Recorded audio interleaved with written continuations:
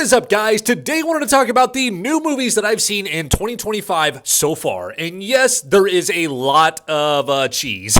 So here is a look at my top 12 on Letterboxd so far, guys. And what I mean by cheese is we have movies like The Monkey, Companion, Death of a Unicorn, Hard Eyes, Novocaine. Pretty much very cheesy, goofy, silly, and somewhat horrific movies that aren't like blockbuster hits or anything like that, but they are going to be very entertaining and easily rewatchable. Now, of course, with Mickey 17 being my most anticipated movie of 2025, of course it was going to land on my number one spot, but it's not like a Bong Joon-ho top 3 or anything like that. I found it very enjoyable. Now let's talk about a couple movies that are on my Letterboxd list that kind of flew under the radar. Not a lot of people went out and watched them, but you definitely need to because they're fucking awesome. Now, I'll be honest with you guys, the only reason I went out and watched Ne Zha 2 is 1, it was getting a limited release over here in the States, and 2, it was because it was garnering all this attention for being the biggest blockbuster hit in one market, that being China.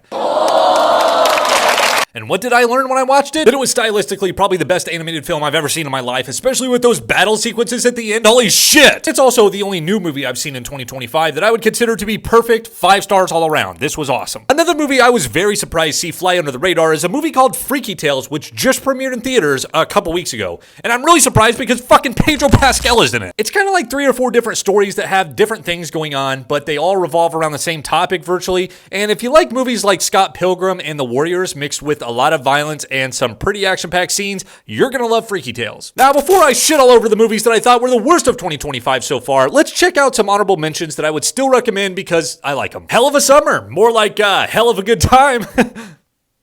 Now, this one is incredibly cheesy, and you can definitely tell this is their directorial debut, but I don't even care because I found this very entertaining, and it was an easy rewatch. I went into this movie on a Saturday morning thinking to myself, I'm just going to kill an hour and a half, have a fun, goofy, silly time, but no. This was very entertaining, had a very compelling story, had humor that would work for kids and adults, and I'm not even going to lie, this is probably going to be one of the better animated films of 2025. Boy, did this movie get shit on by pretty much everybody in existence, but I don't know, I liked it. Everybody's saying, oh, $300 million for a streaming movie, ooh, boo, ooh. The only thing this really consumed for me was my time, and I had a very enjoyable time watching it. Now here's a list of my shittiest movies of the year so far, and boy are there some stinkers. First, let's get the Plankton movie out of the way, and no, I am not above making fun of a children's movie. This was just lazy, generic cartoon schlock. The Woman in the Yard, there's really just not a lot to say. I thought it was shit and had a terrible ending. You know, I was actually pulling for Wolfman at the very beginning of the year, and then I seen it. And I thought it was shit. Now, I will give a little bit of a break to the people that did like Presence. I'll just chop it up to the fact that this was not a horror movie made for me. And Love Hurts might be the only movie I've ever seen in existence where I can watch it from start to finish and not be able to tell you anything about it after I get out. It was that full of nothing.